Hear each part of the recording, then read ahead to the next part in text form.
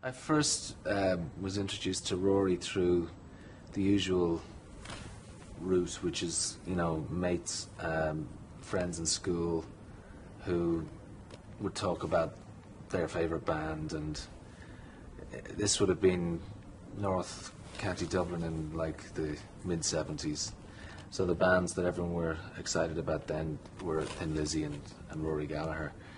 And we'd go back to our various houses and listen to records, and my neighbour had quite a few Rory Gallagher records, and I'd bring over maybe a Beatles record or something. We'd just have a session listening back to things, and at that point I wasn't really even playing myself. I had a guitar, but I'm not sure I'd learned how to tune it at that point.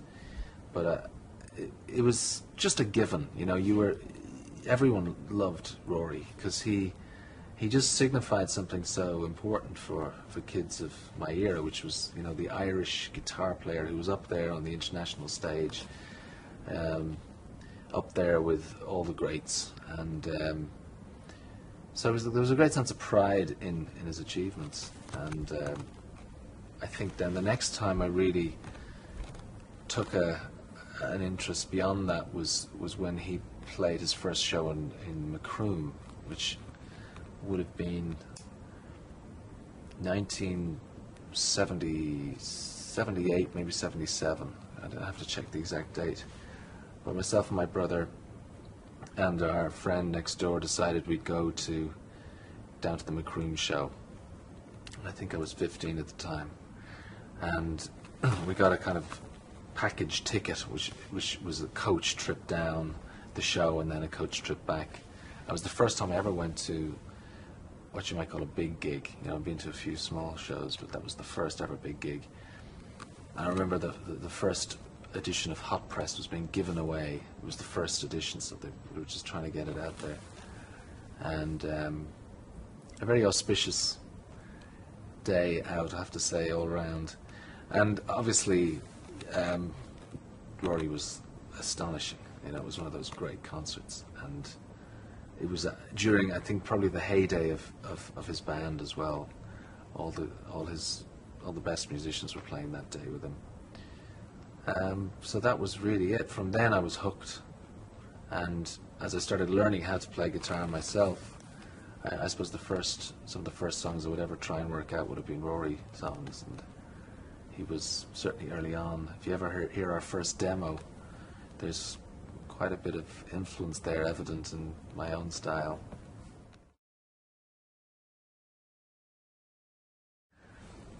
I think Rory was an extraordinary thing in the 70s in Ireland because music was this kind of unobtainable thing that was going on abroad. You never really thought about rock and roll as being an Irish thing. Sure, there were the loads of traditional Irish shows you could go to, and Andy Irvine and Christie were on TV, and that was much more tangible. But rock and roll in those days was this very exotic, slightly dangerous thing that was going on abroad.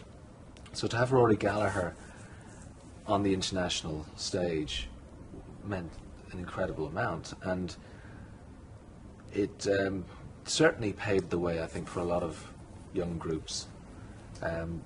Certainly in my case, the two things that I would point to would be punk rock, because of its suddenly all barriers were taken away, and Rory Gallagher, because he had basically done the impossible, come out of Ireland and gone all the way, played on the same stage at the Isle of Wight with Jimi Hendrix, and taken most of the world by storm. So he really did, in many ways, show everyone what was possible.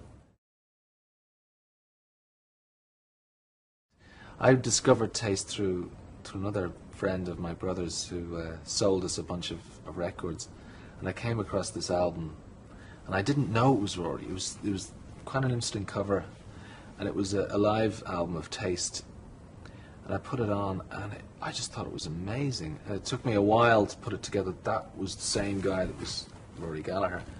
But they were really a power trio almost before the whole kind of power trio thing became a big big international thing with the Jimi Hendrix trio and Cream and all that. And you know, he was up there. He was like, that band were about as good as it gets in that form.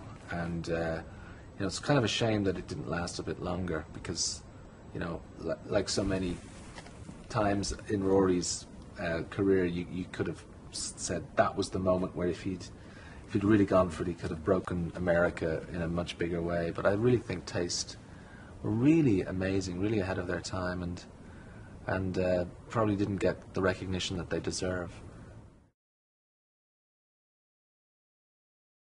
I always thought that Rory, though the blues was his chosen form, there was a kind of lyricism to his playing which was quite his own. I don't think any other player really had his particular approach and phrasing.